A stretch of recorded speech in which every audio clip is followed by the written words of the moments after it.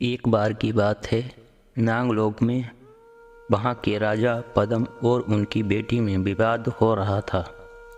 राजा पद्म का कहना था कि पृथ्वीवासी बड़े ही स्वार्थी और धोखेबाज होते हैं और दिखावे में विश्वास करते हैं, किंतु उनकी बेटी का यह कहना था कि ईश्वर की बनाई गई हर रचना अपने आप में अनोखी होती है और हर व्यक्ति के अंदर कोई न कोई गुण होता है।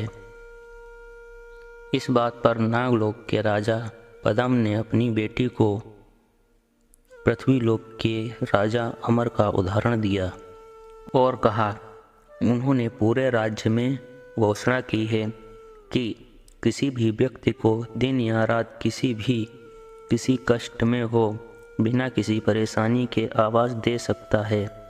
वह उसकी आवाज़ तुरंत सुनेंगे और उसके साथ न्याय करेंगे, किंतु आज तक ऐसा कभी नहीं हुआ और उनके राज्य में गरीबी आज तक है। तभी उनकी बेटी कहती है, इसके पीछे जरूर कोई कारण होगा। किंतु राजा पद्म अपनी बेटी की बात पर सहमत नहीं हुए। तो बेटी ने कहा, मैं आपको यह सिद्ध करके दिखाऊंगी कि राजा अमर एक बहुत ही अच्छे और न्यायी राजा हैं। उसके बाद वह पृथ्वीलोक जाने के लिए तैयार होती है। किंतु राजा पद्म यह नहीं जानते थे कि वह पृथ्वीलोक जाए, क्योंकि उन्हें पृथ्वीवासियों पर बिल्कुल भरोसा नहीं था। एक बार जब नागलोक में उत्सव मनाया जा रहा था, तभी सभी लोगों के सांप नागलोक में उपस्थित थे।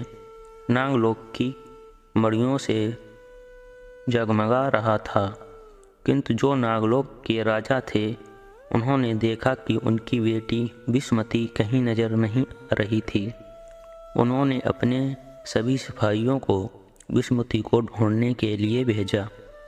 पद्म को पता था कि उनकी बेटी पृथ्वीलोक जाना चाहती थी, इसीलिए वह अपनी हमेशा उस पर कड़ी नज़र रखते थे। आज उत्सव के कारण थोड़ी चूक हो गई। उन्हें पता था आज उत्सव का फायदा उठाकर विस्मती जरूर पृथ्वीलोक गई होगी। वैसे तो उन्हें अपनी बेटी पर पूरा भरोसा था और वह जानते थे कि उनकी बेटी एक इच्छाधारी नागिन है, वह मनुष्यों के चक्कर में नहीं आने वाली।